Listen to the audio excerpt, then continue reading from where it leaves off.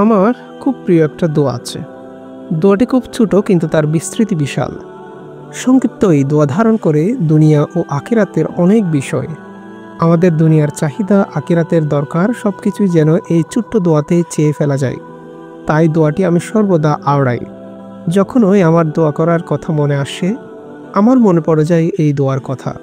সালাতে, সিজদায়, হাঁটতে, চলতে এই দোয়া যেন আমার নিত্যসঙ্গীর মতো।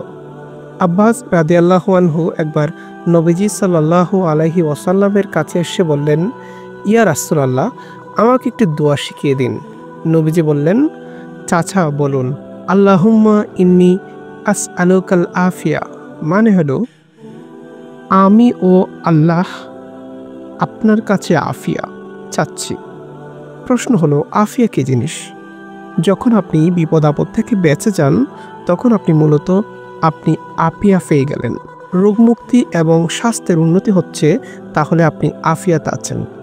আপনার কাজে বারেক আসছে, সময়ে বারেক আসছে, আয় উপার্জনে বারেক আসছে, আপনি আফিয়া পাচ্ছেন।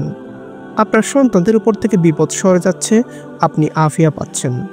এমনকি আখিরাতের আপনাকে ক্ষমা করা হলে সেটাও আসলে আফিয়া। এত ছোট্ট দোয়াতে আব্বাস রাদিয়াল্লাহু আনহু এর মন ভরল না। তিনি ভাবলেন, এই দোয়া তো আমার ছোট, আমার তো অনেক বড় দোয়া চাই, অনেক কিছু যেখানে একসাথে চাওয়া যাবে। তিনি নবীজির কাছে ফিরে এসে বললেন, ইয়া রাসূলুল্লাহ, এটা তো খুব ছোট দোয়া, আসলে আমি আরও বড় দোয়া চাচ্ছিলাম। তার কথা শুনে নবীজি হাসলেন, বললেন, প্রিয় চাচা, আপনি আল্লাহর কাছে আফিয়া চান।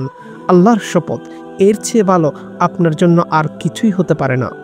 আল্লাহুম্মা ইন্নী আসআলুকাল আফিয়া। খুব ছোট দোয়া, অথচ ধারণ করা আছে কত বিশাল জিনিস, কত বিস্তৃত বিষয় এই দোয়ার মধ্যে আমাদের জন্য রয়েছে। আমরা যারা দুনিয়ার দুঃখ কষ্ট থেকে বাঁচতে চাই, আমরা আল্লাহকে বলতে পারি, আল্লাহুম্মা ইন্নী আসআলুকাল আফিয়া।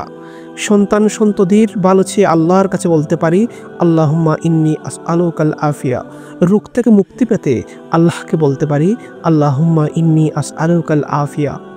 আয় উপার্জনে বারাকা পেতে আল্লাহকে বলতে পারি, আল্লাহুম্মা ইন্নী আসআলুকাল আফিয়া। জাহান্নামের আগুন থেকে বাঁচতে, অনিন্দ সুন্দর মনোরম মনোহর জান্নাত লাভের জন্য বলতে পারি, আল্লাহুম্মা ইন্নী আসআলুকাল আফিয়া।